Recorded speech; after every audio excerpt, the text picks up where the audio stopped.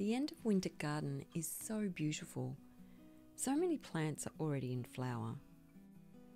It's nearly spring, and we have some foods that are already growing that will grow through the spring. And I will also be direct sowing quite a lot of my seeds straight into the garden and into big pots. However, it's finally time to get some seeds planted into small pots, and then they can go into the glass house and grow into seedlings. Then I'll be able to transplant the seedlings into the vegetable garden after the last frost. I'm filling my pots with a mix of compost, the best quality potting mix that you can buy, and I'm going to top the pots after I plant the seeds in with a seed starting medium.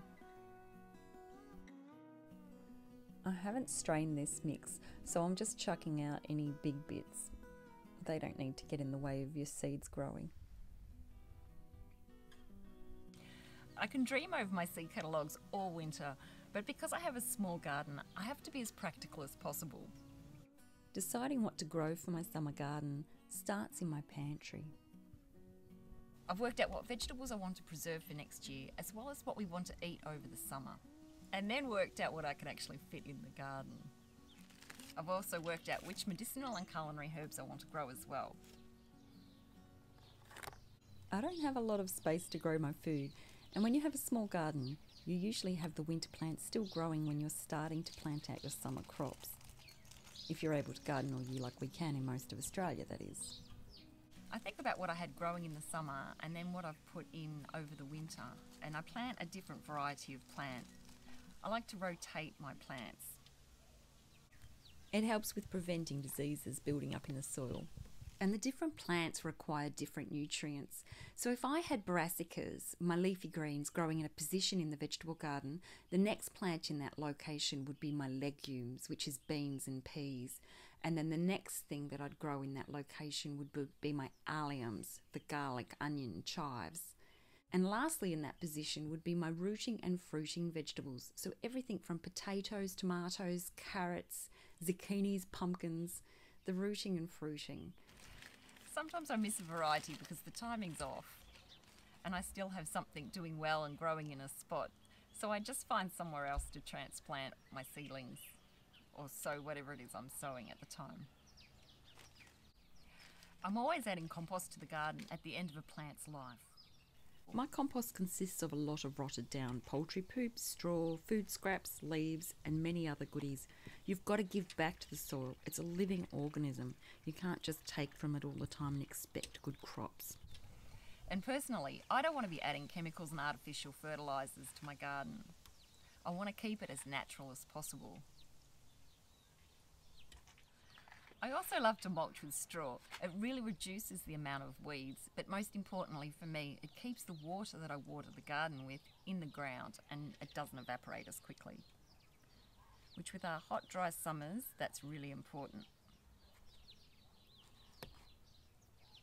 I love to add alpaca poo to the garden when the plants are established.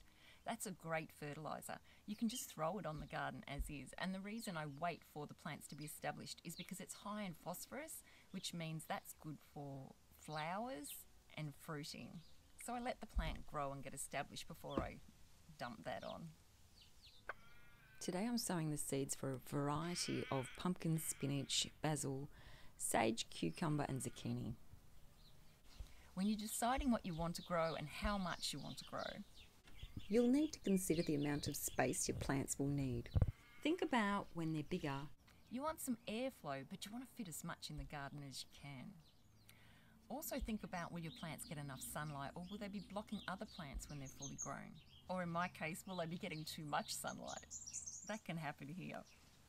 And I find that my zucchinis like a bit more shade than I used to give them originally. I used to give them a full sun position, but I get better zucchinis when I plant them in a part shade area. If you're new to gardening and you're not sure how big plants grow, then check your seed packages for a basic guide. That's just a guide on how big the plants can grow. I usually squeeze them in a bit more than that. And you can also do research on YouTube or read some gardening books. The main thing is to have a go. You'll at least learn something no one ever has a season where everything they plant grows really well. If you've had a season like that, then leave it in the comments below and let me know. I definitely have never had a season like that. This is the seed starting medium. I'm covering my seeds lightly for the smaller seeds, if at all, depending on the seeds. And my bigger seeds, they get covered properly.